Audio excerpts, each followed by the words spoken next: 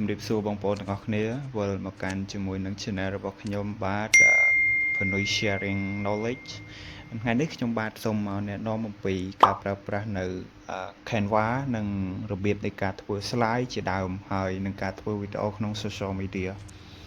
ទីសោតនោះ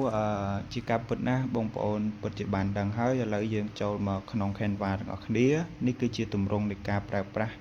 របស់ខ្ញុំហើយដែលខ្ញុំបានធ្លាប់ធ្វើទាំងម៉ាននៅក្នុង Canva ប៉ុន្តែពីមុនខ្ញុំបានធ្លាប់ធ្វើនៅក្នុង Canva Pro ឥឡូវនេះគឺដាច់ពី Premium ហើយអញ្ចឹងជាដំបូងយើងត្រូវតែមាននៅ Canva សិនហើយយើងត្រូវ download វាឲ្យនៅក្នុងនេះហើយយើងមាននៅ template មានអ្វីដូចជាការធ្វើនៅវីដេអូហើយនឹងការប្រើប្រាស់នៅ slide ខាង3លើនេះគឺជាការប្រើប្រាស់នៅក្នុងប្រព័ន្ធ social media នោះគឺជាការធ្វើនៅ presentation អ្វីដែលគួរឲ្យអស្ចារ្យនោះគឺ Canva គឺគេដាក់បញ្ចូលនៅក្នុងប្រភេទពពួក Gemini AI គេបានដាក់បញ្ចូលគ្នាហើយខាងក្រោមនេះគឺជាផ្ទាំង social media អញ្ចឹងអត់មានអ្វីជាបញ្ហាទេអ្វីដែលគួរឲ្យកត់សម្គាល់នោះគឺវាមានអត្ថប្រយោជន៍ជួយយើងច្រើនក្នុងការប្រើប្រាស់នៅក្នុងប្រព័ន្ធ social media ក្នុងការប្រើប្រាស់នៅក្នុងប្រព័ន្ធ YouTube ការធ្វើបទបង្ហាញអីផ្សេងវាជួយដល់សិស្សានុសិស្សបងប្អូនការងារបន្ថែមពីនេះទៅទៀតគឺវាជួយក្នុងការធ្វើនៅ CV នេះគឺជាទម្រង់នៃ template របស់វាយើងអាច select form ទីមួយយើងចង់បានបែបទម្រង់ផ្ទាល់ខ្លួនដែលគេមានស្រាប់មួយទៀតគឺមានទម្រង់បែបដែលយើងធ្វើខ្លួនឯងយើងចង់ graphic design ខ្លួនឯងក៏បានហើយសម្រាប់ខ្ញុំចូលចិត្តនៅទម្រង់បែប template មានស្រាប់នេះបងប្អូនណាឃើញអត់នេះគឺជាការធ្វើនៅរបស់គេយើងអាចយកមកប្រើប្រាស់បានហើយក្នុងនោះគឺមាននៅពេលដែលយើងមានរូបបែបជាពណ៌មាសនោះតាមពិតវាជា premium តែបើយើងមិនចង់បាន premium ទេចង់បានបែបធម្មតាក៏បានប៉ុន្តែក្នុងទូរស័ព្ទយើងធ្វើបានលុះត្រាតែទូរស័ព្ទយើងមានទំហំរាងធំហើយបើយើងធ្វើក្នុងកុំព្យូទ័រវាស្អាតជាងទូរស័ព្ទ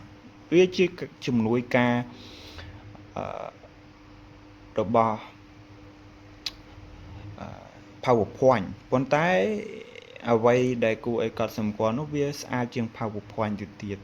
ហើយ PowerPoint វាគ្រាន់តែមានទម្រង់ខ្លះប៉ុន្តែបើ Canva មានរាប់រយទម្រង់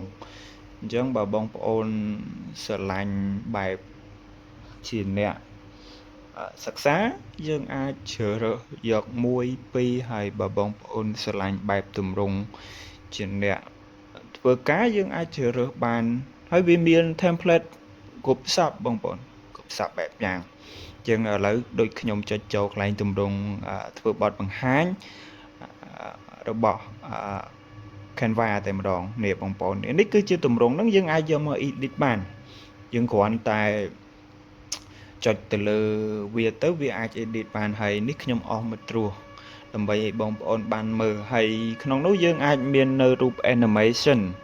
មានន័យថាយើងអាចកំណត់បានយើងមិនថាវាទម្រង់ប្រភេទបែបណាយើងអាចប្រើប្រាស់វាបានហើយកំណត់ទម្រង់លើនោះបានអញ្ចឹងជាការអស្ចារ្យណាស់ហើយបើយើងនិយាយពីប្រព័ន្ធវាបែបស៊ីជម្រៅហើយ logic ជាតិ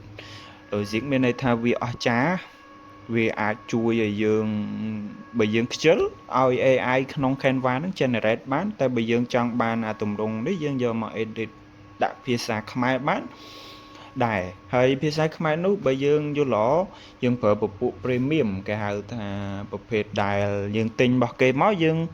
យកវាមកហើយយើងដាក់ក្នុងភាសានោះវាមានអក្សរឆ្លាក់អក្សរអីទូទៅទៀតបងប្អូនណាអញ្ចឹងនេះគឺជាទម្រង់នៃការប្រាប់ទូទៅមួយចំនួនដែលយើងអាចជំនួយការរបស់យើងក្នុងការប្រើប្រាស់វាហើយខ្ញុំក៏កោតសរសើរដែរហើយម្យ៉ាងវិញទៀតយើងអាចដាក់រូបបានបើដល់តែយើងចង់លុបរូបនឹងចេញគ្រាន់តែយើងចុចលើរូបនឹងហើយយើងដាក់ នៅក្នុង imagine វាមានអា formula ទម្រង់របស់វាមានអារូបរូបទឹកដាច់ហើយឥឡូវនេះខ្ញុំទាញរូបនឹងចេញដើម្បីរករូបផ្សេងដាក់ទៀតចាំមើលបងប្អូននេះគឺមានទម្រង់រូបហើយអានេះគ្រាន់តែជា template ទៅហើយឥឡូវខ្ញុំដាក់រូបសិស្សសាលាអញ្ចឹងទៅអញ្ចឹងរូបនេះយើងអាចយកដាក់នៅក្នុងប្រព័ន្ធរបស់វាបានវាឲ្យយើងដាក់ហើយយើងអាចប្រើប្រភេទទម្រង់ផ្សេងទៀតហើយយើងអ្វីដែលយើងចង់បាននោះវាធ្វើឲ្យយើងបានឲ្យតែយើងចេះប្រើប្រាស់វាហើយសូមមើលវីដេអូនឹងដល់ទីបញ្ចប់នេះគ្រាន់តែជាទម្រង់នៃការប្រើប្រាស់វាឥឡូវខ្ញុំសាកបរិយាស៊ុំសិនអញ្ចឹងយើងអាចទាញរូបវាយកមកដាក់រូបសិស្សសាលានេះចាំមើលហើយយើងអាចដាក់អញ្ចឹងទៅហើយយើងឥឡូវយើងលុប imagine រូបខាងក្រោយចេញសិនហើយយើងបរិយាវាហើយយើងព្រមជាទូច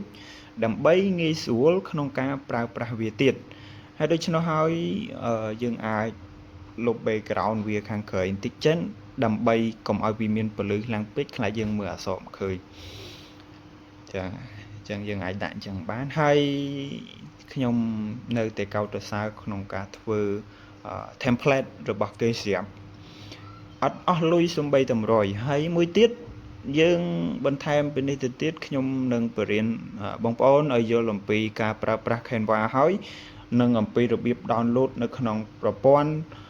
Google Drive នោះមានន័យថាយើងនៅពេលដែលយើងធ្វើឲ្យអីហើយយើងអាចញាត់បញ្ចូលនៅក្នុង Google Drive នឹងតែម្ដងអញ្ចឹងសូមអរគុណណាស់ចំពោះការចូលរួមទស្សនានៅវីដេអូនេះហើយអ្វីដែលមានចម្ងល់សូមបងប្អូនអាច comment បានអានេះគឺជា template ថ្មីដែលទម្រង់ Canva គេបានរៀបចំឡើងយើងអាចគ្រាន់តែលុបតែអក្សរចេញឲ្យយើងវាយអក្សរដែលខ្លួនឯងចង់បានទៅជាការស្រេចវាអត់មានអ្វីជាការលំបាកទេបងប្អូនសម័យនេះហើយវាជួយយើងបានច្រើនណាស់អញ្ចឹងសូមអរគុណណាស់ចំពោះការចូលរួមស្ដាប់និងទស្សនានៅវីដេអូក្នុងការចែករំលែកនៅរបៀបប្រើប្រាស់នៃ Canva ទូទៅសូមអរគុណណាស់កុំភ្លេចជួយចុច like និងជួយចុច subscribe ដើម្បីទទួលបាន